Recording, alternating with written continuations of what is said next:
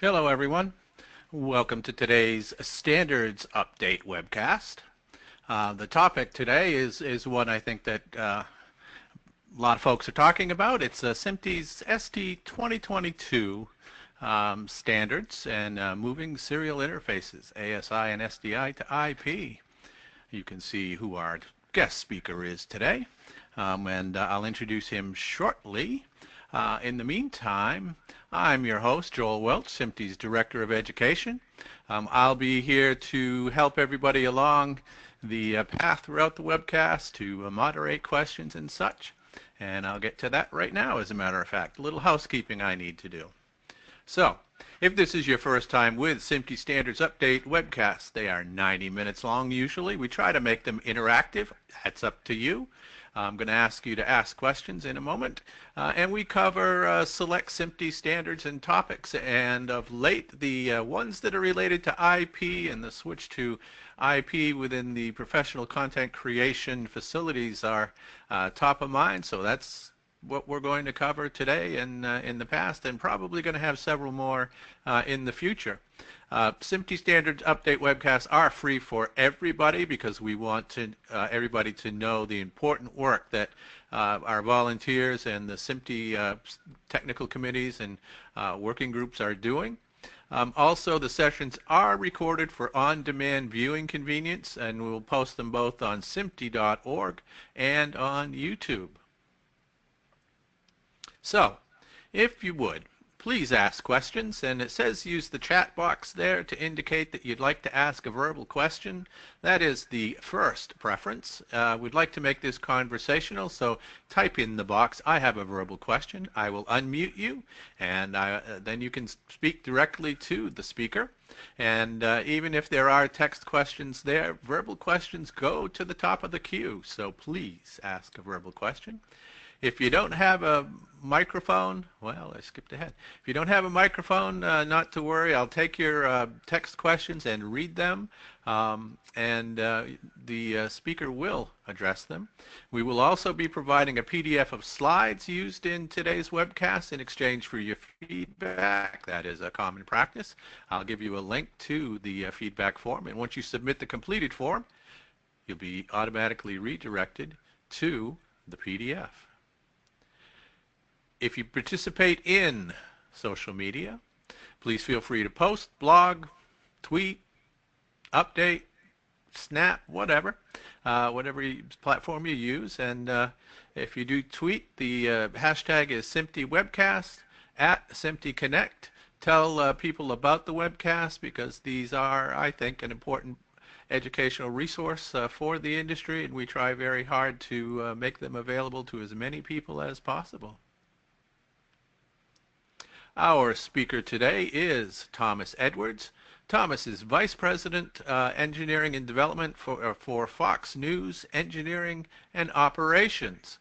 And with that, Thomas, unmute your microphone if you're muted, and the floor is yours. Thanks a lot, Joel. Okay, well, let's get into it.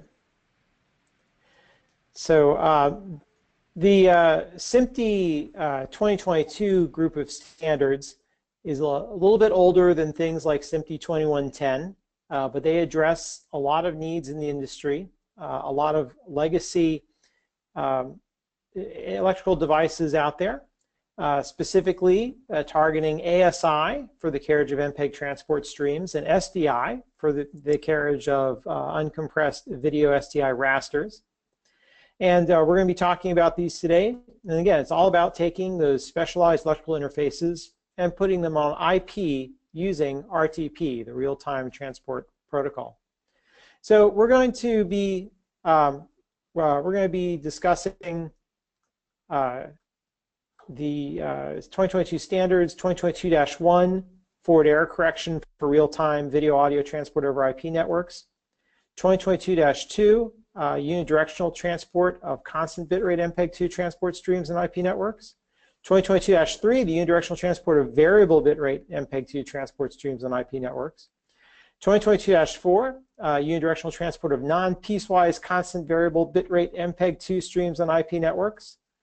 2022-5, forward error correction for transport of high bit media signals over IP networks. 2022-6, transport of high bitrate media signals over IP networks, and 2022-7, seamless protection switching of SMPTE 2022 IP datagrams.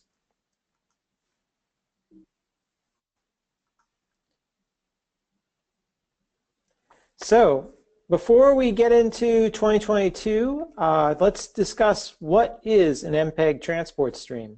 MPEG transport streams standardized by ISO IEC 13818-1, at the same time ITU-T Rec H.222.0.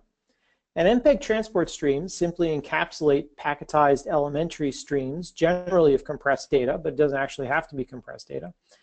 It has error detection and stream synchronization capability. And a key of MPEG transport streams is every packet is 188 bytes of data. Sometimes it's expanded to 204 bytes with the addition of Reed-Solomon forward error correction. And every transport stream packet has a payload ID, or PID, and there are over 75 mappings of different types of media into MPEG transport stream. And interestingly enough, the SMPTE Registration Authority LLC is the registration authority for ISO IEC 13818-1. So as people want to register these mappings, they actually have to go through a SMPTE sub-organization to do that registration. So of those 75, besides MPEG-2 video and AVC video and HEVC video, there are things like KLV data and Dolby Vision, camera positioning information, the VC1 codec, the VC4 codec, the Dirac codec, AES3 audio signals, Dolby True HD audio, et cetera, et cetera, et cetera. So it's a very useful way of moving these media streams. So let's take a look logically at what a MPEG transport stream really is. It's a pipe, and the pipe carries data, and it can carry PIDs which are just naked by themselves, or it can carry programs which are combinations of PIDs intended for simultaneous synchronized presentation. So the most important PID is PID 0, the program association table. So if you listen to the MPEG transport stream packets with PID 0, you'll find out where the PMTs, or program map tables, for the various programs are. So in this case, PID 0 says program 100, you can find its program map table, or PMT, at PID 1025. And program 200, you can find its PMT on PID 1026. So if we go to 1025, the program map, actually it says PAT, that should actually say PMT, sorry, but it is a program map table for program 100. It indicates that the video PID is 501 and it's MPEG-2 video. There is an audio PID of English in 502. It's MPEG-2 audio. Audio PID is Spanish 503. It's MPEG-2 audio. And those PIDs that go with that program, 501, 502, and 503, the video and the two audios, are all part of program 100. And then program 200's program map table says program 200 has a video PID, PID 601 of AVC video, and a audio PID in English of 602 of AAC audio, and that's what makes up program 200. So that's the logical view. So what does this look like on a packet-by-packet basis? You can see an example transport stream packet there. It's 188 bytes long, like all MPEG transport stream packets. It starts with hex 47, which is the sync byte, so you know what it is. It's got a bunch of flags. I won't go into too much details, but there's a transport error indicator, a payload unit start indicator, transport priority, and transport scrambling control. Then comes the payload ID, or PID, and as we mentioned, 0 is an important PID because that's the program association table, or PAT PID. And then another important PID is hex 1FFF. That is a null PID, and that is a PID that can be discarded by the receiver without any problems, and it's something that can give space for variable bit rate performance within a fixed bit rate transport stream. Adding the null PIDs or subtracting the null PIDs can allow the actual video transport to have variable bit rate. There's a continuity counter, or CC, not to be confused with closed captions. Indeed, often, just yesterday I saw somebody pointing to a CC error on a multi-viewer, and they said, oh, it's a closed caption error. I said, no, that's a compressed transport stream. That's a continuity counter error. That's a 4-bit per PID sequence number. So it counts up basically those 4 bits. And if you notice the sequence number jumps in 1 or 2, then that can tell you that there's packet loss going on in that particular transport stream. Continuity counters are on a per PID basis, so each PID is counting up its own numbers. And there's also an adaptation field optionally, and that can carry a range of other info, including the program clock reference, splice point flags, and various private data. So this is let's go back one. This is an example transport stream. Here we start here with PID 0, continuity counter 3, and of course PID 0 has the program association table data. The next packet we run into is PID 601. So this has continuity counter 11, and this is some video in the first program. Then we run into PID 602, and this has CC 7. It's got some audio. And here's a PID hex 1FFF, and of course that's the null PID. So this is a transport stream packet that we can ignore if we want to. And here's 601 again. Its continuity counter is 12. So the last time we saw the 601's continuity counter, it was 11. This is 12. We know we haven't dropped any packets in PID 601. It's got some more video data. And here's PID 602, continuity counter 8, with some audio data. And again, we can check back the last PID 602. We saw a continuity counter 7. This is continuity counter 8. So we know we've gone up by 1 with no packet loss. So how do you transport an MPEG transport stream electrically? You can do it using the asynchronous serial interface, or ASI. So what does asynchronous mean? It just means there's no clock line. It's basically just self-clock data over 2 conductors. It's European Standard EN 50083-9NXB. Its bottom layers are actually based on the fiber channel physical signaling and physical and signaling interface, the FCPH. The data rate of ASI is 270 megabits per second on a 75 ohm coaxial cable, or it could be on fiber. And the 8-bit data of the transport stream is converted into a 10-bit data path for the transmission to achieve DC balance. And that means there's an equal number of 1s and 0s, so that there's no direct current or DC signal on the coax. So you don't have to use all 270 megabits per second if you don't want to. If you want to have a smaller transport stream going over ASI, you can insert the comma, which is a 10-bit symbol which is inserted when there's no data ready to be transmitted by the transmitter. And that comma in the ASI is ignored by all receivers and allows you to set the data rate over ASI to any bit rate as long as it's under 270 megabits per second. So we'd like to go from ASI to IP. And let's talk about IP. IP is a protocol for packet network intercommunication. And IP version 4, also known as IPv4, is the dominant protocol of the internet. And that's what we'll be using for all of our 2022 standards, at least for right now. Someday we might get to IPv6, which is the IPv4 successor, which is starting to be used in the internet, but again, not for the 2022 standards yet anyway. At the bottom right, you'll see an IPv4 header. It begins with a version number, which is 4 for us, for IPv4. An IHL, which is the internet header length. It's how long the header is. TOS is a type of service. This has been now split into DSCP, the Differentiated Services Code Point, and ECN, the Explicit Congestion Notification. The first part, DSCP, is all about the priority level of this particular packet. If you come to a situation where you've got more packets than you can send and you want to make a decision about which ones to drop, you can look at the DSCP code point to figure out what the priority of your packet is.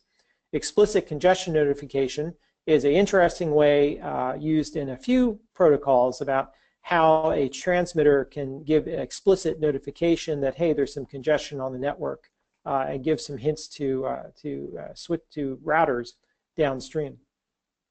You've got total length, which is the total length of the IP packet.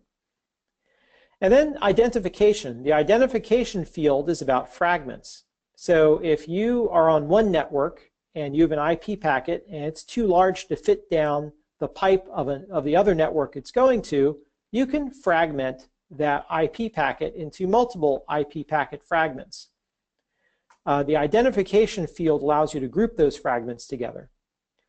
So then there's some fragment flags here. One flag is don't fragment, which says, you know what, if this IP packet can't fit into the pipe of the next network it's going to, don't fragment it at all, just drop it. Or more fragments, which says, hey, there are actually more fragments coming after this one. There's fragment offset, which helps you understand how to arrange the fragments together to form the original IP packet. On the next line, we've got time to live, and this is decremented by 1 every time an IP packet is routed from network to network. This keeps floods of packets from destroying the entire internet. Basically, as this gets decremented every time you move from one network to another, every packet eventually dies and will not go around and around and around in a circle around the entire planet forever. There's protocol, which will refer to whether it's TCP or UDP or some other protocol being carried by the IP packet. There's a checksum data on the header. And then there's the source address and the destination address. And these addresses are 32 bits, and we know them as a human readable, something like A.B.C.D bytes. So 127.0.0.1, for instance, is an example of an IP v4 address. So I was mentioning protocols. The protocol that we're interested in that's carried by IP is UDP, the User Datagram Protocol. And this is specified in RFC 768. It's a connectionless datagram, which basically means there's no explicit connection set up ahead of time. You just kind of shoot this packet out into the network and towards its destination. It's unreliable. The TCP/IP stack provides no packet loss detection or fix. It's all up to your application to figure out if there's packet loss detection and to try to figure out how to fix that problem, which SMPTE 2022 standards achieve. UDP has a concept of ports. There's a source port and a destination port, and they provide for the multiplexing of different applications and different flows. So within the header, you've got a source port, you've got a destination port, and those are both 16-bit values. So for instance, we'll see examples where the same IP address is used, but different destination ports are used to differentiate between the actual media being carried and forward error correction packets being sent to help to fix if there are any lost packets in the media stream. There is UDP length, how long is the packet, and a UDP checksum to make sure the packet has arrived okay.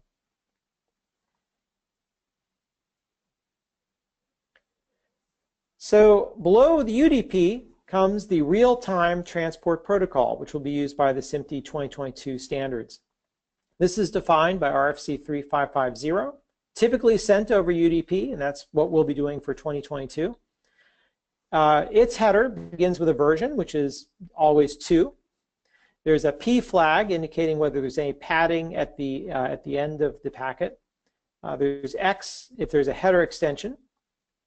CC here, this is the number of CSRCs, and we'll get back to what a CSRC is in a moment. But again, not continuity counter, not closed captions, but a count of the number of CSRCs. There's M, the marker bit, and we'll see how the marker bit is used by SMPTE 2022-6. PT is the payload type, which indicates the type of media payload being carried by RTP. There's a sequence number, and the sequence number counts up by 1 so that you can help identify drop packets. And then there's a 32-bit timestamp, and this aids in synchronization between audio-video flows. So we come to then the SSRC. This is the synchronization source identifier. The synchronization source is the source of the RTP stream and and the timestamp and synchronization behind it. So each source should have a unique SSRC identifier. Now, RTP also has the capability to have CSRCs, or contributing sources, and their identifiers can be listed here optionally. And the contributing sources are things that might have contributed to a mixed stream. But practically in SMPTE 2022, we don't use any CSRCs, so you don't have to worry about that for now. And that's the RTP header. So let's go to the first actual SMPTE 2022 standard that I want to talk about. And you'll notice we're going to start with -2 because -2 carries media and -1 is FEC. So we'll talk about the media first, and then we'll jump back to -1, which is the FEC. SMPTE 2022-2 carries constant bit rate, or CBR, MPEG transport streams over RTP.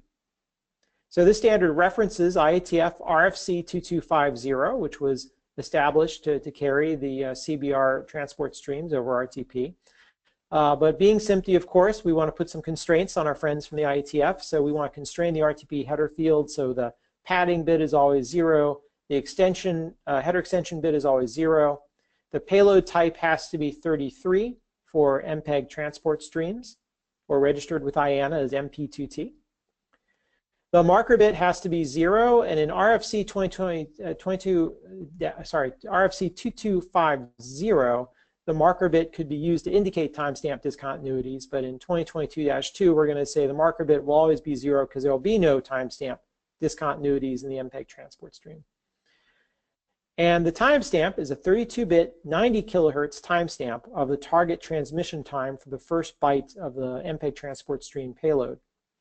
That clock is supposed to be synchronized with the program clock reference or the system clock reference in the MPEG transport stream, but truthfully that's not realistic for multi-program transport streams that have multiple PCRs. So you can carry in SMPTE 2022-2 either 1, 4, or 7 transport stream packets. And let's see what that looks like. So here's your transport stream with 188 byte transport stream packets, one packet after another. Take 4 of them out and place them into an RTP packet with the RTP header, the UDP header, and at the very beginning, the IP header. Of course, you put this in Ethernet, there'd be a little Ethernet header on top of that as well, but we'll just talk about the IP layer for now.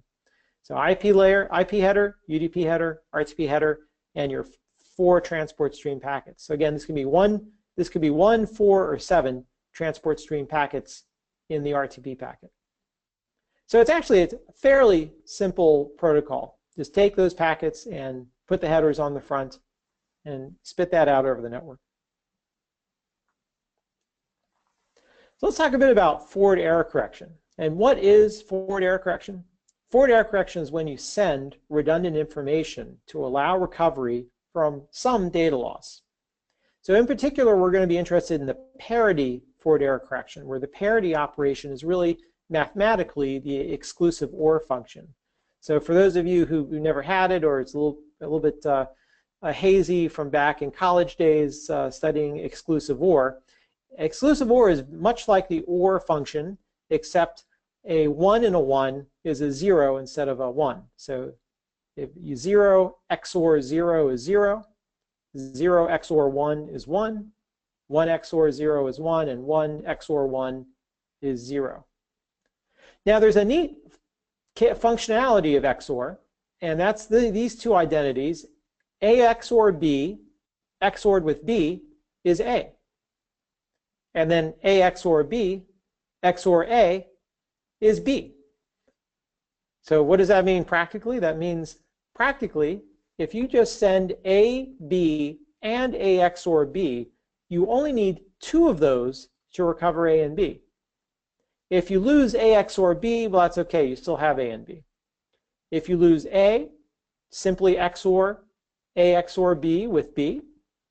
Or if you lose B, take the A and do A XOR B XOR A, and you'll recover B.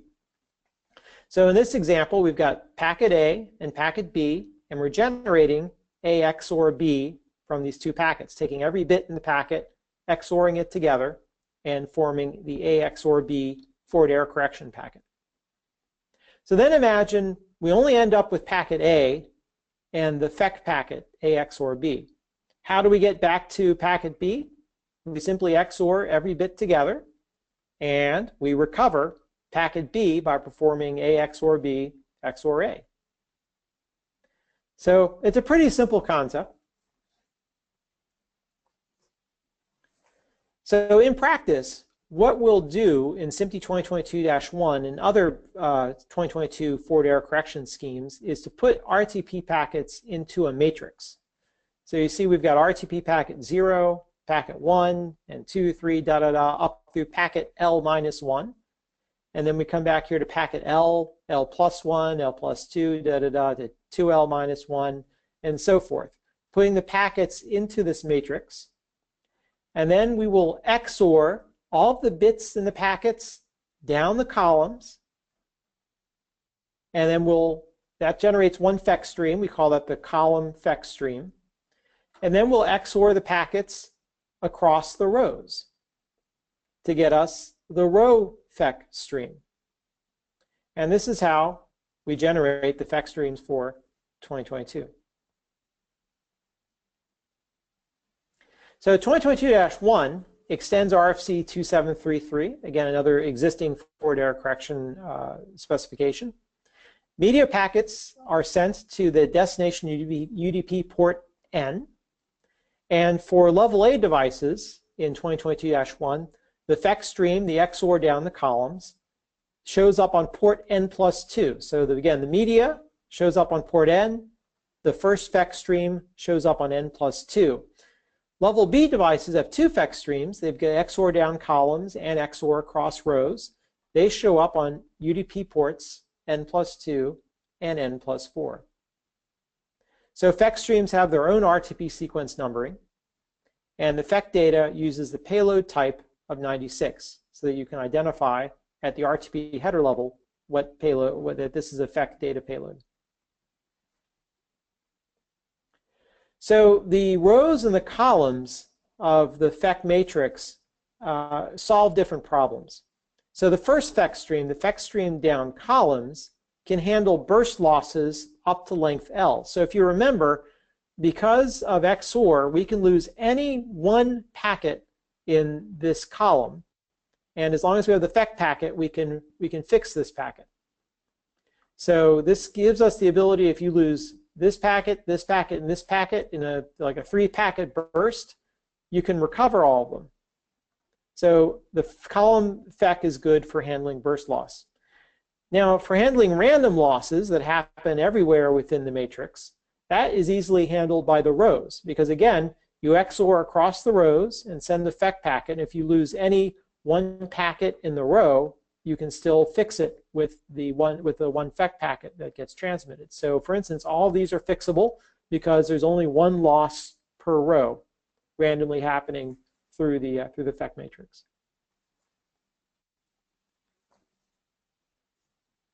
So this is the SMPTE 2022-1 FEC header.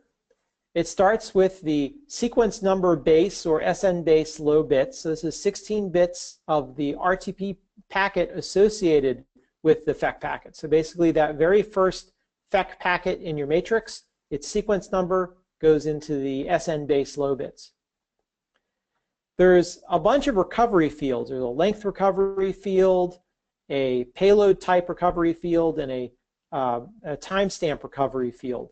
And these are actually XORs of all of the packet lengths, all of the payload types, and all of the timestamps of the FEC packets covered by, the media packets covered by this FEC packet.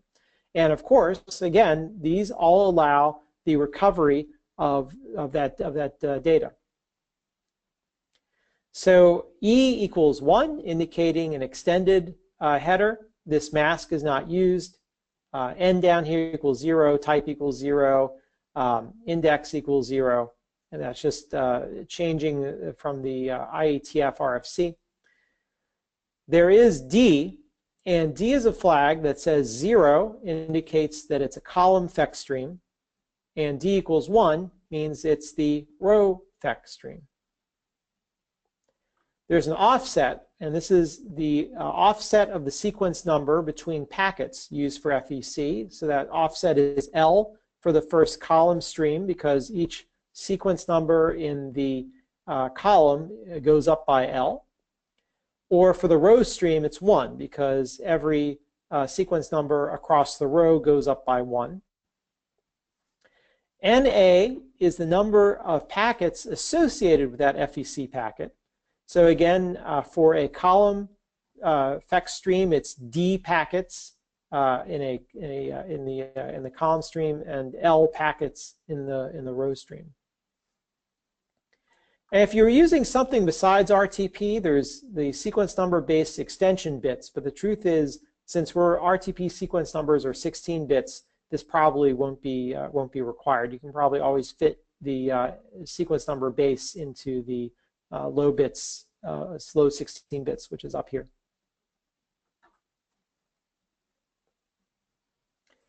So there's some traffic shaping issues about 2022-1 FEC. And the idea here is that you want to interleave the transmission of the media packets and the FEC packets so you avoid large transmission rate changes. You don't want to bunch up a whole bunch of FEC packets and then send them all at the same time and suddenly burst your transmission rate up a lot. You'd like to really spread them out across the transmission. Other items include the row FECs should be sent between 0 and L packets after the last media packet protected. And the idea there is if you had a L, basically you want to make sure that it's sent soon enough after the FEC matrix has been put together. Column FECs should be sent greater than L packets after the last media packet protected. Now, why do you want to do that? Imagine you were trying to protect against an L packet long burst. This way, by putting the FEC at least L packets away after the last media packet protected, you can ensure that FEC packet will be available in case of an L packet long burst. And then the column FEC needs to be sent less than L times D packets after the last media packet protected. And this constraint is to try to keep the receive buffer at a reasonable size. Obviously, you don't want that receive buffer waiting for several seconds or several minutes until it receives that FEC packet, right? You want to keep a reasonable amount of latency. So this says get that column FEC sent within a reasonable amount of time. Now, there are two different ways of calculating the forward error correction. So the first example we gave was exclusively block aligned. And in block aligned, when you're doing, for instance, the column FEC, they all start on packets at the same row. So in this case, the sequence number base here, the first FEC packet covers starts at 0, the second FEC packet starts at 1, and the third FEC packet covers starting at 2. You can also have non-block aligned FEC. So in this case, the FEC packet covers starts at 0. In this case, this FEC packet's coverage starts at 4, and this FEC packet coverage starts at 8. So why do you want to do this? Non-block aligned FEC slightly reduces the transmit buffer requirements for smooth forward error correction emission. So it's a way of making life a little bit easier on your transmit buffer. So there is some latency which occurs when you send forward error correction packets, assuming you want to wait for those packets to be received to ensure that you can correct any lost packets. I won't go into too much details of this table which we pulled out of 2022-1, but suffice it to say the delay depends on your data rate. Here we've got examples of 3 megabits, 30, and 100 megabit per second transport streams. How many IP packets is in an RTP frame, 1, 4, or 7, and also the size of the FEC matrix. And again, you've got examples here where it ranges from like a 2.5 millisecond latency all the way up to a 200 millisecond latency. It depends on your choice of parameters, and you have a lot of choices that you can make to meet your particular requirements. So SMPTE 2022-3 is variable bit rate transport stream over RTP. So we saw the constant bit rate transport stream over RTP in 2022-2. -3 is variable bit rate. And it's a special kind of variable bit rate. It's real-time, piecewise, constant variable bit rate. Now, what does that mean? A piecewise constant variable bit rate means that the transmission rate only changes at PCR-labeled packets of the program in the transport stream. So it's not that transmission rates are changing at any packet in the transport stream. It's specifically changing at PCR-labeled packets. So this, so in 2022-3, you can have a maximum of 1, 4, or 7 transport stream packets per RTP packet per session. And that maximum is identified as packet per datagram max. There are 2 modes here in 2022-3. In mode 1, RTP packets always have packet per datagram max transport stream packets. And the RTP packet send rate varies in order to achieve variable bit rate. So this is the send rate of the RTP packets varies for VBR. Mode 1 also has a maximum latency and a maximum bit rate parameter. In mode 2, the RTP packets are sent at a constant rate, but you change the number of transport stream packets per RTP packet to achieve variable bit rate of the transport stream. So I find a visual aid is useful here. You've got mode 1, where every single RTP, and I use the term packet and datagram kind of interchangeably here for RTP. Technically, it's really a datagram, but you could also call it a packet. But for instance, these RTP, we'll say datagrams, have the same number of transport stream packets per datagram. But there's a hole here. So it goes 1, 2, and then there's a delay, and then 3, 4, and then there's a delay, and then 5. So the variable bit rate is achieved by having these transport stream packets, the RTP packets come out at different times. It's not a regular cadence. In mode 2, it is a regular cadence of RTP datagrams, but the MPEG transport stream packets, the number of packets per datagram changes. So here we've got 1, 2, 3, 4, 5. Although that's actually, I'm not sure that's actually legal. But anyway, but the number of packets are jumping up and down. No, I guess that is legal. The number of packets is jumping up and down in order to achieve VBR, but the RTP packets are coming out at the proper cadence. So there are a few special forward error correction rules for 2022-3 for mode 1. We can only use block-aligned forward error correction. So, and also, that maximum latency parameter we discussed limits the FEC matrix latency. So what happens is that you start filling up the FEC matrix until you run out of time. You reach a point where the maximum latency time is reached. And if that happens to be in the middle of a RTP packet, because you only have, let's say, 1 or 2 transport stream packets in here, you've not filled up the whole RTP packet, you take those transport stream packets and you throw them into the next FEC matrix, so that you have complete RTP datagrams in every entry of your FEC matrix.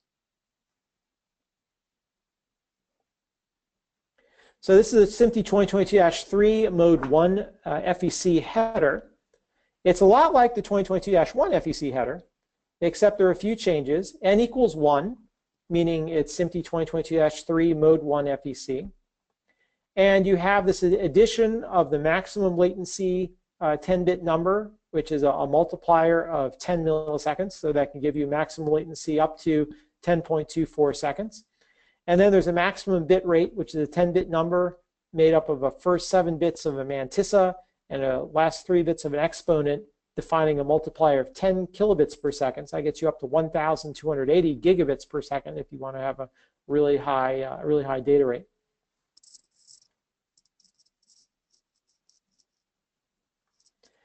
So 2022-3 was piecewise constant variable bit rate transport stream. What if you have a non-piecewise constant variable bit rate transport stream? And that means that the bit rate varies even on transport stream packets between PCRs. So in ASI, the timing would be clear because ASI is 270 megabits per second. So when a transport stream arrives, you know exactly what the timing is. But IP networks are non-isochronous. So the timing relationship between the transport stream packets is lost in the RTP transport. So SMPTE 2022-4 signals interpacket transport stream timing in the RTP payload in two different potential ways. So one of the keys here is the number of transport stream packets per RTP packet shall not vary. It's always packet per datagram max. And how are those signaled? So this is what SMPTE 2022-4 RTP payload looks like. So we've got the normal RTP payload with our MPEG transport stream packets up here, again between 1 and 7, 188 or 204 byte transport stream packets. So then after you have all the transport stream packets in the RTP packet, then you have these 2 bits which are 1 and 0. Now it wasn't explained in the standard. Now I was thinking to myself, why is it 1 and 0? And then I realized the MPEG transport stream sync byte, which is hex 47, breaks out into binary 0-1. So by this being 1-0, it's clearly not 0-1. So this is clearly not the beginning of a transport stream packet. So this is something special, right? So then you've got TDD, the timing data descriptor, which describes the contents of the following packet timing data fields. There are 2 ways of doing it. Binary 001 means that packet timing data fields are a running transport stream packet counter. And 0B010 means the packet timing data fields are a 27 megahertz clocked timer. So then you've got PTD number, which is the number of packet timing data fields in the payload. You've got a bunch of reserve bytes to bring you down to the next 32-bit word, and then you've got your packet timing data fields in here. And of course, these packet timing data fields are either that running transport stream packet counter or the 27 megahertz clock timestamp. So in the transport stream packet counter mode, if you happen to have a null transport stream packet, you actually discard it from the payload, but you note it in the counter, and that saves you a few bits on the wire. So that was the carriage of MPEG transport stream, formerly on ASI, now in SMPTE 2022. The other electrical interface that we're shooting for here is SDI, the serial digital interface. This is over 75 ohm coax again, or fiber. And there are 3 SDI standards that 2022 addresses. The first is SMPTE 259, the SD-SDI, which is generally 270 megabits per second. Sometimes, in some applications, they've used 360 megabits per second for widescreen. And I'll note, you said 270 megabits per second over 75 ohm coax. Isn't that just like ASI? Well, there's a really subtle difference, and that's SD-SDI is polarity insensitive, and ASI is polarity sensitive. So if you have an SD-SDI distribution amplifier, and you try to put ASI through it, and that distribution amplifier is an inverting amplifier, the SD-SDI gets through because it's polarity insensitive, so it can take the inversion, but the ASI is polarity sensitive, so the ASI will be damaged if you try to take it through an inverting SDI distribution amplifier. SMPTE 292-1, the HD-SDI. It's often known as the 1.5 gigabit per second interface, although the actual data rate is 1.485, or for us living in fractional frame rate land, 1.485 divided by 1.001 gigabits per second. And SMPTE 425-1, the 3 gig SDI, which actually is 2.97, or again in fractional frame rate land, 2.97 divided by 1.001 gigabits per second, often used for 1080p 50 or 1080p 60. And the SDI can carry SMPTE 291-1 ancillary data for embedded audio, this time CC is closed captions, a time code, and a whole bunch of other things which have been registered for 291-1 ancillary data carriage. This is an example of an HD-SDI raster. This happens to be 720p because that's the world I live in. You'll see at the top there's a vertical ancillary or VANC space. That's a remnant of vertical blanking, but it's there. That's a good place to put ancillary data that refers to the entire frame. On the left, you'll see the horizontal ancillary space, or HANS, and that's a remnant of the horizontal blanking intervals of cathode ray tubes. Of course, we don't have any cathode ray tubes anymore, but that space is still available in SDI. This is a place where you often will find embedded audio signals. And then there's the active video area over here, the place where you put video that you actually want end users to see.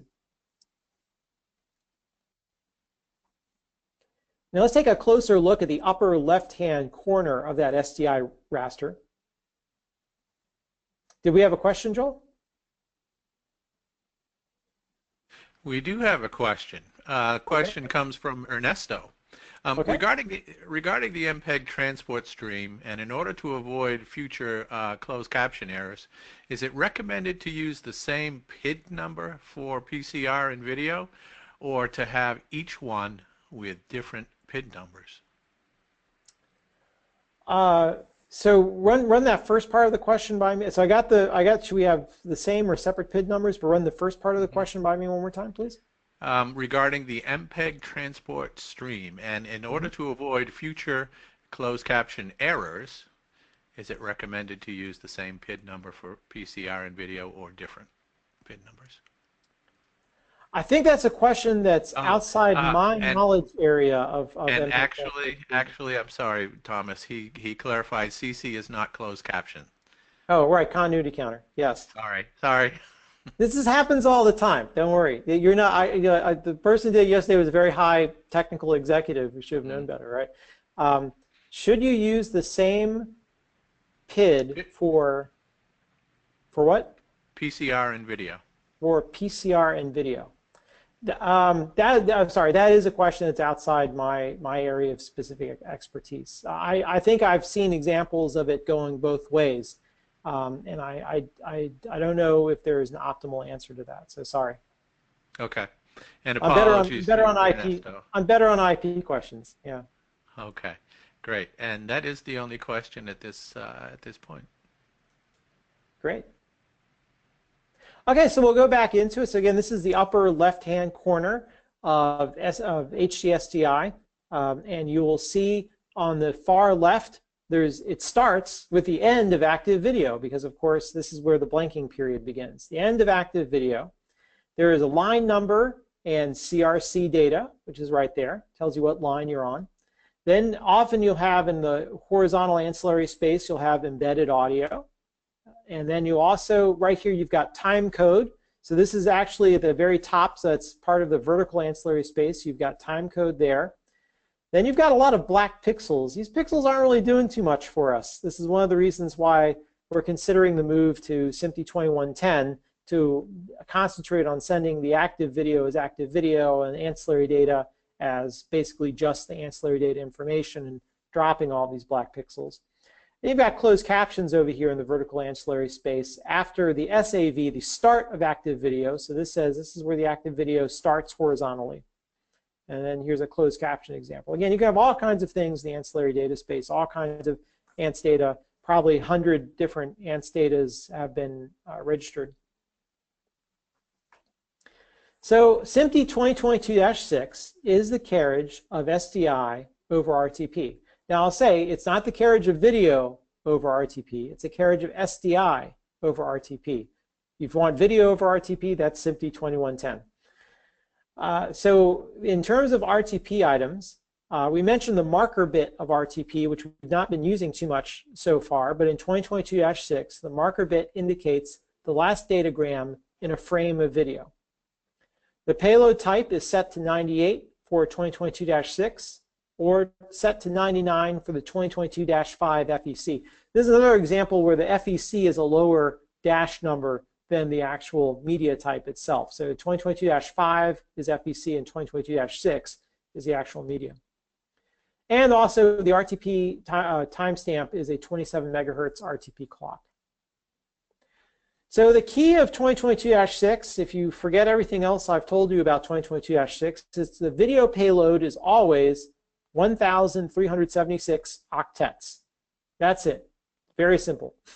One datagram might often have data from 2 different lines. A pixel or even a sample could be split between datagrams. It doesn't matter if it ends at 1376 octets, regardless whether you're in a pixel, whether you're in a sample, whether you're splitting 2 lines. They don't care. It's 1376 octets.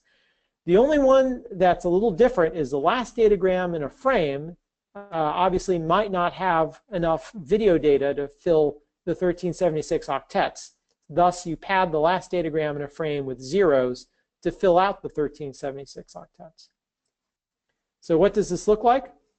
So here's a 720p raster. Those green lines are the packet boundaries of 720 of SMPTE 2022-6.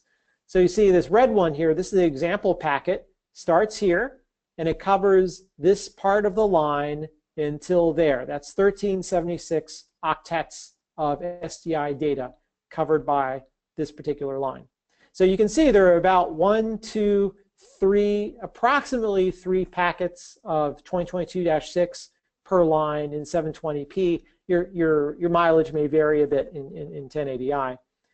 And you'll notice this down here in yellow, this very last packet is not long enough to have 1376 octets, so you'll pad 0 on the end of this, so the RTP packet carries 1376 octets. Here's the SMPTE 2022-6 payload header. We start with EXT, which says you can extend the header by EXT times 4 octets. To date, nobody has defined any extensions, so you can kind of ignore that. F is this, if the video format is present. 1 is a yes. I've not seen F being 0 in any actual use case. VSID indicates whether you want this to be a primary stream or a protect stream. This actually isn't utilized very much either, because SMPTE 2022-7, which provides seamless reconstruction of 2022 payloads, actually does not use this. FR count is a frame count, so this is whether it's frame 1, frame 2, frame 3, etc., and then it starts over again when it reaches the end of its count. So this will let you know what frame you're in. R is a flag for the reference of the video timestamp. So not the RTP timestamp, but the video timestamp of 2022-6. Binary 00 is not locked. Binary 10 means it's locked to UTC. And binary 11 is a private reference of some kind. S is 0 for not scrambled. I've never seen a scrambled one yet. This is an FEC flag. This says binary 0 is no FEC. Binary 1, there's a column, and binary 10 is there as both row and column FEC. And these are the FEC streams associated with this 2022-6 media flow. They put so much into this header, I need 2 slides. CF is the clock frequency of the SDI. So it can be, for instance, 27 megahertz for SD-SDI, or 148.5 for the HD-SDIs. 297 for the 3G SDIs. This is the clock frequency of the video timestamp that we'll talk to you about here in a second. There is the map field, and this is indicating 0 is your normal SDI or your level A SDI, and map is 1 if you're using 3G level B dual link, or 2 if it's 3G level B dual stream. Again, if you use 3G SDI, you know what that is. I don't want to go into it. Frame is a code that indicates the active picture size code. And again, there are a whole bunch of these, but all your standard resolutions are covered. Rate is the frame rate code. And again, there are a whole bunch of different frame rate codes covered by the standard, but all the frame rates of interest in SDI are covered. There's a sample type code. And I'll give you an example of this one.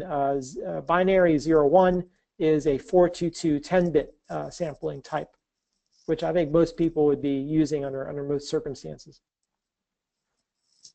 Then you've got your video timestamp, and again, the video timestamp increases on a rate based on CF, the clock frequency field. And if there ever are header extensions defined by SMPTE, they'll show up right here as TLV values. But as far as I know, none of these header extensions have been defined to date. So now we go to 2022-5, and that is the forward error correction for SMPTE 2022-6. So 2022-5 defines a row or column XOR FEC, and it's a whole lot like SMPTE 2022-1. The header is also similar to 2022-1, but it's slightly different. We've added XORed recovery fields for the padding, extension, CSRC count, and marker bits of the RTP header. And obviously, in 2022-1, the marker bit was always 0, so we didn't have to have an XORed recovery field. So there are various reasons for the inclusion of these different XOR recovery fields in the 2022-5 FEC header. There are a few constraints on the 2022-5 FEC. For the L and D sizes, for column-only FEC, they want you to keep the L between 1 and 1020, and the D between 4 and 255. And if you're doing column and row FEC streams, L is between 4 and 1020, and D is between 4 and 255. There also are L times D constraints. So this is the total area of the FEC matrix. For SD, they want to keep L times D under 1500, which gives you up to 33 milliseconds of protection. For HD, they want to keep L times D below 3000, which gives you a max of 6 milliseconds of protection. And for 3G, they want to keep L times D below 6000, that gives you a maximum of 3 milliseconds of protection from 2022-5.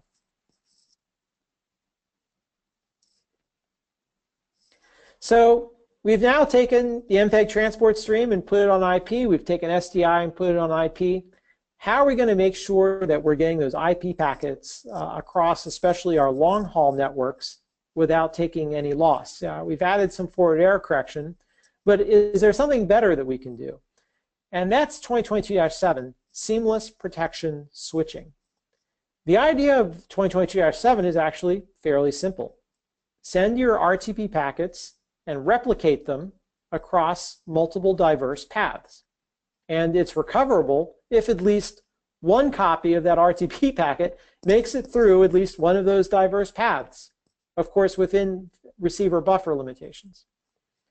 So it's pretty simple. Copy the packets, send the packets on different paths, and make sure the receiver picks up at least one of the one copy of that packet from one of those paths. We actually use this here at Fox between our Woodlands facility outside of Houston and our Los Angeles facility.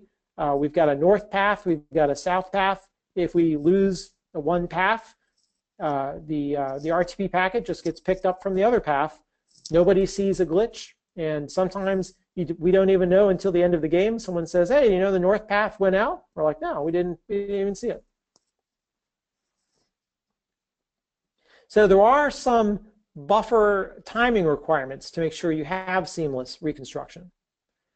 This diagram shows an RTP transmitter transmitting across these multiple diverse paths into buffers at the receiver, and then the receiver generates a reconstructed RTP output. So P sub 1, P sub 2 up through P sub n is the instantaneous latency on that particular path, inclusive of the network jitter. So keep in mind, network jitter is added onto any distance latency. EA, this time from transmitter to the beginning of the buffer, is the earliest time that a packet could reach the receiver for seamless reconstruction. PT, from here to the end of the buffer, is latency from the transmitter to the reconstructed output, which represents the latest time a packet can reach the receiver to be included in the reconstructed output. So if a packet takes too long, longer than PT, it's going to fall out of the buffer. If it's less than EA, it'll fall out of the buffer, and it won't be in the buffers to be used to reconstruct the RTP output. MD is this difference between EA and PT, the max differential. And PD here is the instantaneous path differential. It's the maximum difference of all of these diverse paths. So basically, if PD starts to become bigger than MD, then some of the paths are going to fall outside of the timing requirement to reconstruct those paths.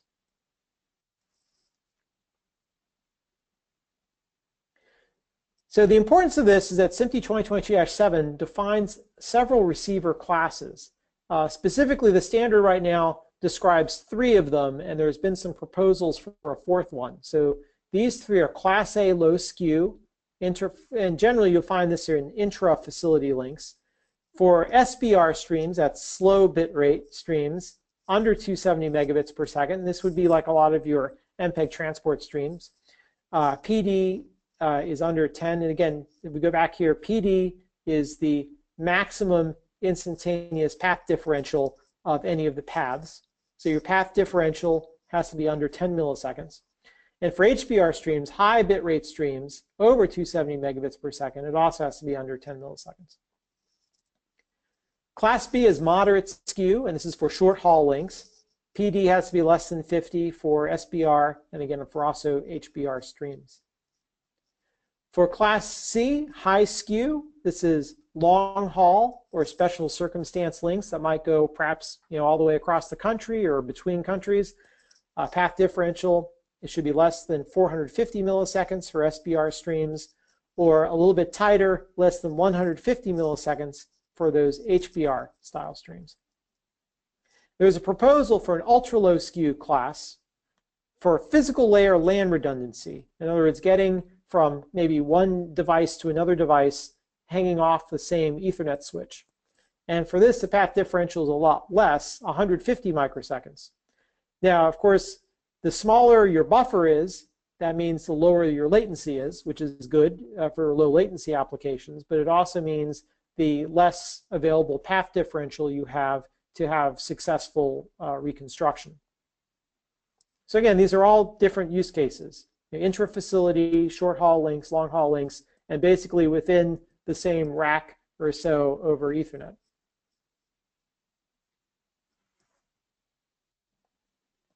So you've got some 2022-2, and you've captured it as a PCAP with Wireshark or another tool, and you'd like to take a look at it with Wireshark. How do you do that? You'll first start by just getting a whole list of UDP packets, because Wireshark doesn't know what's in that UDP packet. There's no indication. So you'll right-click on Decode As on a packet and choose RTP, and that lets it know that, in this case, UDP port 1231 is an RTP packet. So it will then very intelligently figure out, okay, this is the real-time transport protocol, and because of the payload type being MPEG transport stream 33, it'll say, oh, okay, here are my transport stream packets. So here's a transport stream packet with PID 44, continuity counter 9. Here's one PID 45, continuity counter 9, PID 42, continuity counter 2, and so forth. So it actually extracts your 1, 2, 3, 4, 5, 6, 7 MPEG transport stream packets, which are in this RTP packet. You can, if you click and expand out on any of these transport stream packets, here in the lower right-hand area, you'll say, here is what it is. It's an ISO IEC 13818-1 MPEG transport stream packet, PID 44, continuity counter 9. It lets you see that 0x47 is the sync byte. Then all these flags we talked about, the transport error indicator, the payload unit start indicator, transport priority, the PID 44, whether there's transport scrambling control, whether there's an adaptation field, and the continuity counter. So it pulls all that data out. You can see it right here. And you'll notice it says reassembled in 67. So Wireshark is so smart. Not only does it figure out your RTP packet and the transport stream packet inside it, if you click on this, it'll actually take a look at the packetized elementary stream. So it'll pop up and it'll say, by the way, here's your packetized elementary stream. And I won't go into all the details of packetized elementary streams, but say if it has a PTS and a DTS and all this good stuff. So if you know a little bit more about MPEG-2 video, you can actually go into the details of the packetized elementary stream just by clicking on the link in Wireshark. So that comes stock with today's Wireshark, the ability to look at MPEG transport streams in RTP. Now, what does not come stock in Wireshark is SMPTE 2022-6. So for this, you'll need what they call a dissector. And Fox has made this dissector available for free. Anyone can use it. Go to GitHub and this URL and download the dissector. There's installation instructions. It's written in a kind of high-level language called Lua. So I'm not going to say it's the fastest dissector known to mankind, and certainly I'm not a great programmer, so it's not the best program known to mankind, but it does work. In this case, you click on a packet, and after the proper installation procedures, where you tell the Wireshark a certain payload type of RTP is 2022-6, it'll be able to pull out the SMPTE 2022-6 data. So extension field, video source format field, the VSID, the frame count, the reference for the timestamp, in this case not locked, not scrambled. There's no forward error correction stream with this 2022-6 stream. Here's your clock frequency of 1485 divided by 1.001 megahertz. It's a direct sample structure. 720p, it's 1280 by 720, active progressive. Frame rate is 5994, 60 divided by 1.001. Picture mapping 42210 bits. The video timestamp is right there. And here comes your 1376 octets of SMPTE 2022-6 data. It's known as the HBRM, or high bit rate media payload. So that's SMPTE 2022-6 in a nutshell. It's how we take the specialized electrical interfaces of ASI and the specialized electrical interface of SDI, and we take the data off of those interfaces and we put them successfully into IP using the real-time transport protocol. So Joel, we can take some questions at this time. You bet. And I invite our guests to post their questions in the chat box, but you know what the preference is. The preference is to ask a verbal question of Thomas. And in order to do that, just type in, "I have a verbal question." If you don't have a microphone, type in your question. I will read it to Thomas. And I know that there were a lot of acronyms and a lot of information whizzing by very quickly. But if you want to go back and review this, as I said, the webcast is recorded, and so you'll be able to do that. So please type your question, or say you have a verbal question. And Thomas, I have a couple of questions. When you were talking about receiver classes, you mentioned the term skew, and just for people, just to make sure that everybody understands that, and I'm sure people who've been in the industry understand it, but what does skew actually mean? I think in that case, skew means a difference in latency across multiple diverse paths that you're using for 2022-7.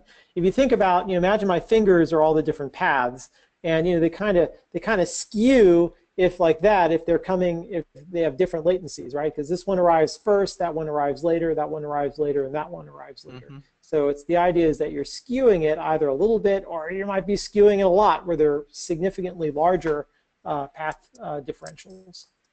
Okay, good. Thank you. I posted the link in the chat box to the dissector that you offered, but you mentioned Wireshark, and anybody working with IP is probably familiar, but that is a type of application called a packet sniffer. Is that correct? Yeah, Wireshark can capture packets off of a network, and it also can analyze those packet captures. Mm-hmm. And you actually can break it down into, I think it's the TCP/IP stack layers, what you were looking at in the diagram. You can actually see layer 1, layer 2, layer 3, and so on. You certainly can, yeah. You can look at the Ethernet, you can look at the IP, the UDP, you can look at the RTP, and again, it's even smart enough to look at those MPEG transport streams. Excellent, excellent. We do have an audio question from our guest Phil. Let me just find Phil in the list here, and I will unmute him. There he is. And Phil, you may now speak to our speaker, Thomas Edwards. Oh, hi Thomas, it's Phil Schofield from Crystal Vision. I have a question about FEC, or in fact removing it. If you were to remove you have a signal and you have an area where you don't want it, from what you're saying, it looks like that you have to change the 2022-6 headers to say there now is no longer an FEC. Otherwise, you're going to get errors. You can't just get rid of the data through some kind of interface card that's going to take it out. Is that the true? Well, it is true that the standard allows you to signal the presence of FEC in the media header. That is true. However, I have to admit, I'm not sure I've seen that behavior in the field. I'm not sure if devices actually do that. So now you've given me some homework, a homework problem.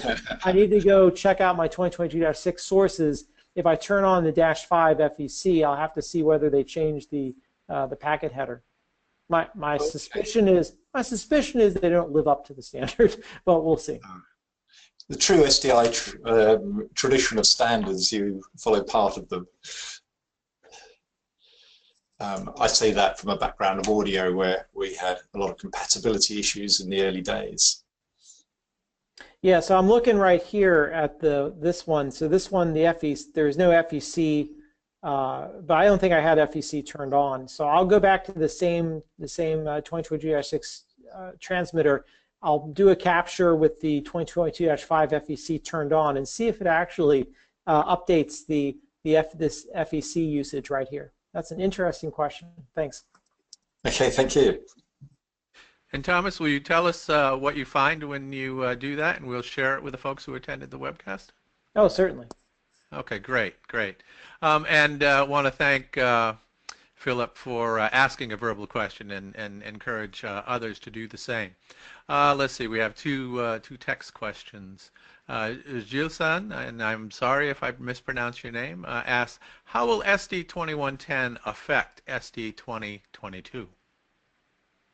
Well, that's a good question. Now, obviously, it probably won't affect SMPTE 2022-1, 2, 3, and 4 because that's really about carrying MPEG transport streams, which are generally going to be compressed video. SMPTE 2110 is all about uncompressed video, uncompressed audio, and of course, ancillary data.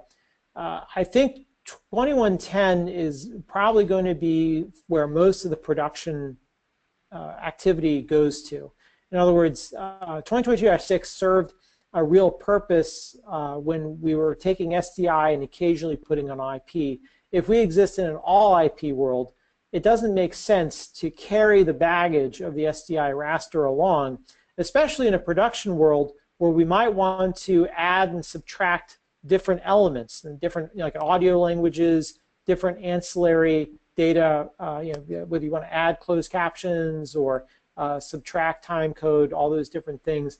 The ability to compose different elements into a complete production is the real standard in a flexible fashion, is the real advantage of SMPTE 2110. So I'll say I'm actually here at the Woodlands outside of Houston. This is during a interop which will lead into the IP zone at IBC, where over 50 companies will be showing SMPTE 2110 interoperability. So literally just a few footsteps away, there's a lab full of about 60, 70 people from 50 different companies trying to make SMPTE 2110 work. And the good news is it's even before the standard has been officially published, the interoperability level is very high. And if you're going to IBC, please stop by the IP interoperability zone and you'll see SMPTE 2110 in its full glory. Sounds like a lot of fun where you are right now. Let's see. Daniel asks, for 2022-7, what fields within the packet headers are used to correctly align the video sources? So the idea in 2022-7 is you simply make copies of RTP packets and send them down different paths. So there's nothing about synchronization of video that's inherent to 2022-7.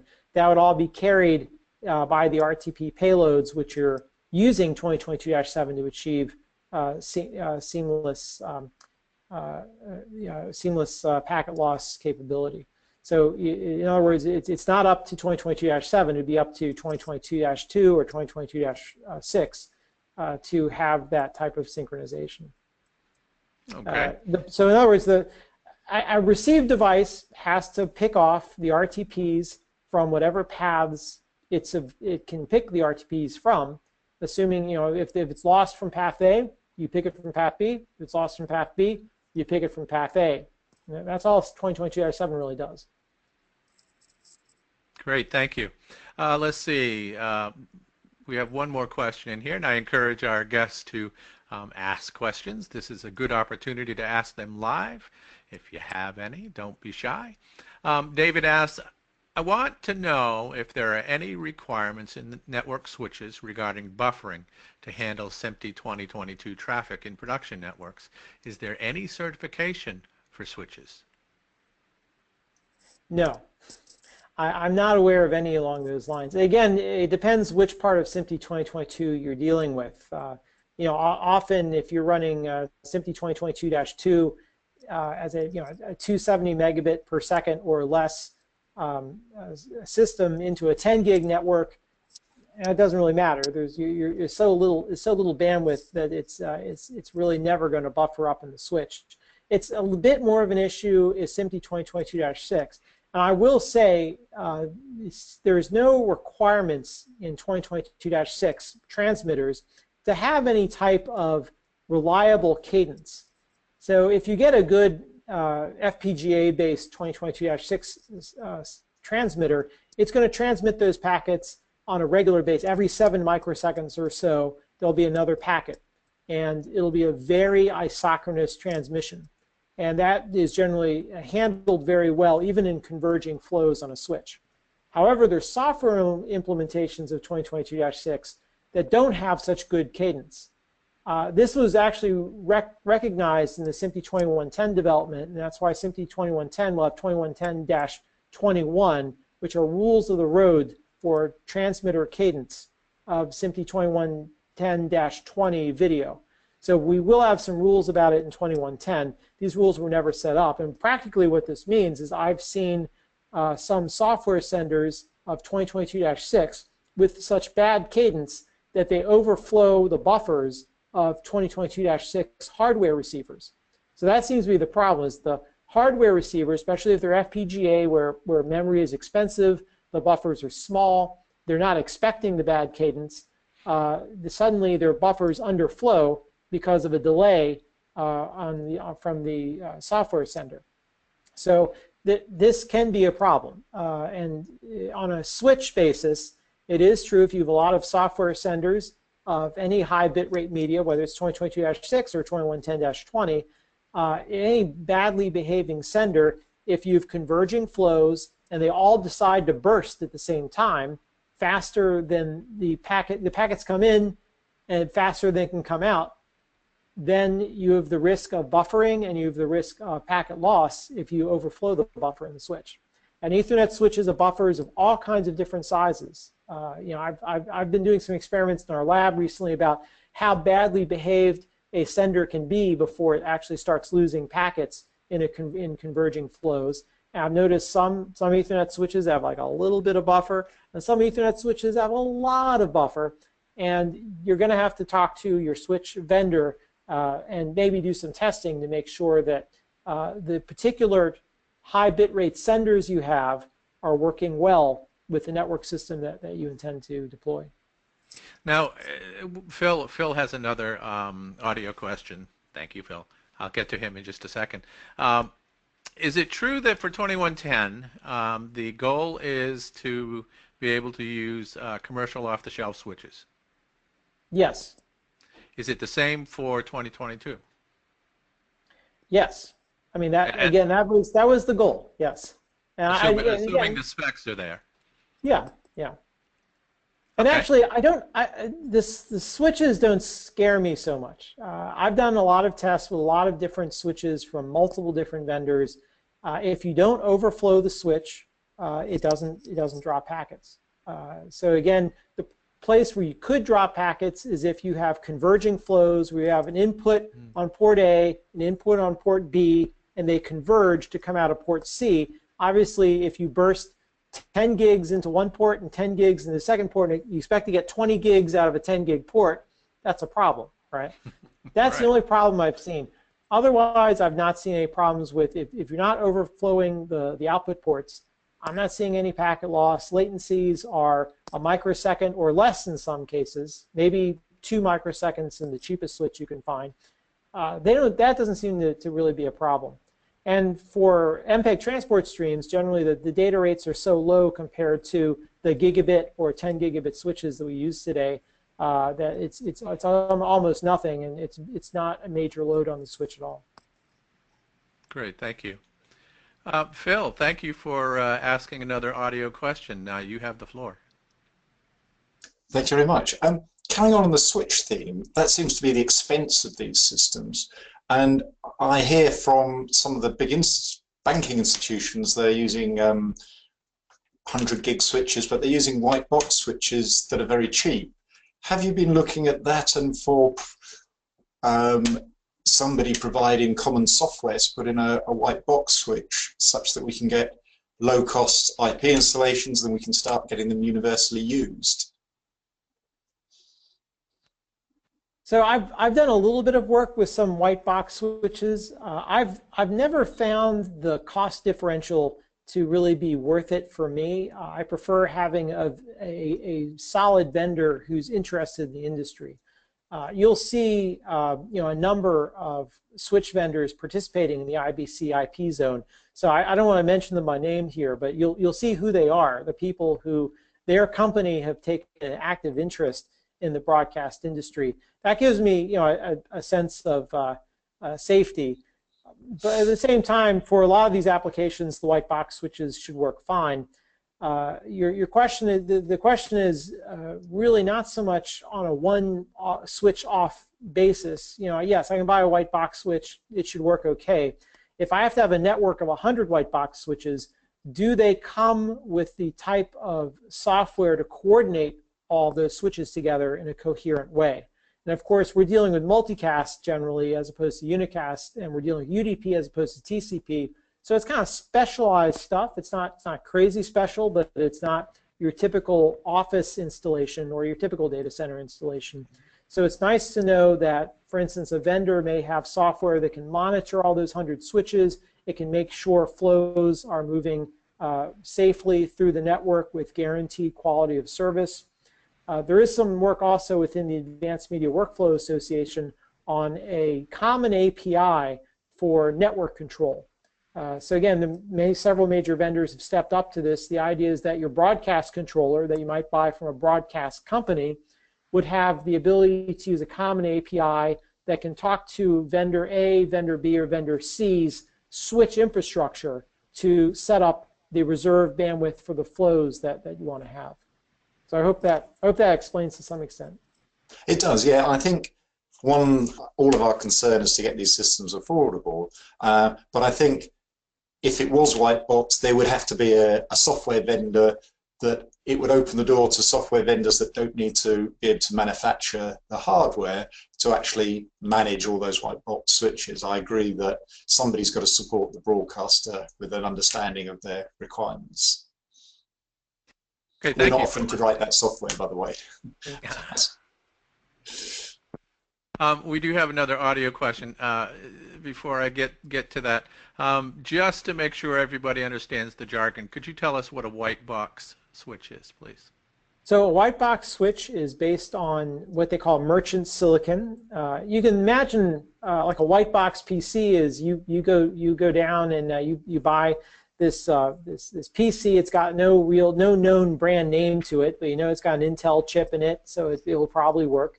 Same thing with Ethernet switches. You can buy a white box switch. It's got a Broadcom chip in it. Probably works, but it's not like there's a huge organization behind it. And often there'll be open flow controlled switches, or they'll, besides the normal typical Ethernet switching you'll find, they'll often have open flow control for software-defined networking if you want to do that as well. But it doesn't have a big name behind it. And of course, you gain some things, and they tend to be cheaper, and you lose some things in terms of support. And again, this coordination of large networks, that particular type of software, you don't have access to. Great, thank you. And our next verbal question comes from our good friend Peter Weitzel. Peter, you have the floor. Hi, really more of a comment, just to point out that for MPEG transport streams, you know, it's over 10, almost 15 years ago that we were doing things like this over standard office WANs between sites. So long as you can manage the network, you don't lose packets. And also, Thomas, you didn't really bring this out. If you put an FEC in, it tends to delay things. And we've been talking about video. That probably doesn't matter as much as those of us that have to work with audio as well, where low bitrate audio and an FEC means it might occur next week rather than thing. So I think all of this is you've got to understand the network that you're putting it over. And my dear friend Phil up in Cambridgeshire, you know, that is really, you can't just, if you're building a system, you've got the sort of broadcast cards and you've got this peculiar IT invented network, and you've got to have people that understand both. Yeah, and I agree. And frankly, the SMPTE 2110 effort has not concentrated on forward error correction because it's intended to be used within a controlled environment of a production area. 2022-2 obviously could go over long lines, and it might go over less controlled networks. So I think that was, and also this, it was developed a long time ago. It was developed over 10 years ago. So that was a time when people were more concerned about packet loss, especially if it was used in internet applications as opposed to private network applications. But you are right, and I'm going back to this slide that shows the 2022-1 FEC latency delay, and it can be substantial. You know, you will notice a 200 millisecond latency there if you're going 3 megabits per second with 4 transport stream packets per IP frame, and you're using an L10 and a D10 XOR matrix. You certainly will notice that, especially in audio land. I'll say, obviously, the audio is also moving into RTP, and that's got AES 67. Which will also be referenced by SMPTE 2110-30, so that we are making sure that the Audio Engineering Society and SMPTE are going in the same direction. We'll be using the same IP standard for uncompressed audio production. Excellent, excellent. Okay, we have just a couple minutes left, and our last question comes from Yoshiaki-san. And the question is, will ST 2022-8 or -9 come in the near future? If so, what will they specify? So I will say there has been interest in the synchronization of SDI over IP, like 2022-6, with the active video over IP, the SMPTE 2110 standards, like 2110-20, the active video over IP. And this has been done by the Video Services Forum as VSF TR04, and that has been adopted by SMPTE in the 2110 work. Now, whether we've discussed the final standard, and we've done this publicly, so nothing private here. We've discussed this potentially being 2110-50 is 2022-6 SDI over IP, synchronized with our uncompressed 2110-30 audio, 2110-40 ancillary data, and other 2110-20 videos, for instance. There's no reason we can't do this. There has been a little bit of discussion about whether 2110 is the right brand name for this, or whether this should be included in the 2022 list of standards. And this is something that you know, the group I'm involved in, I chair SMPTE 32NF60, the Video over IP Working Group, under SMPTE 32NF. The Facilities and Transmissions Group, and you know, they've been discussing what the brand name should be, but it will show up. There will be a way of synchronizing 2022-6 SDI over IP with our uncompressed elementary media over IPs of 2110. That will happen one way or another. Great. And that is our final question. We've almost reached the bottom of the hour. And not to promote our educational offerings too much, but for those folks out there that are used to working in the broadcast or video world, SMPTE does offer a number of virtual courses with a great deal of flexibility to allow you to balance, work life and study life and even family life. We offer the Introduction to Networks, Routing and Switching Essentials from Cisco. We have IP Media Transport for broadcasters, and we just started working on a virtual course, SD2110, which the plan is to have that done and in the box by the end of October.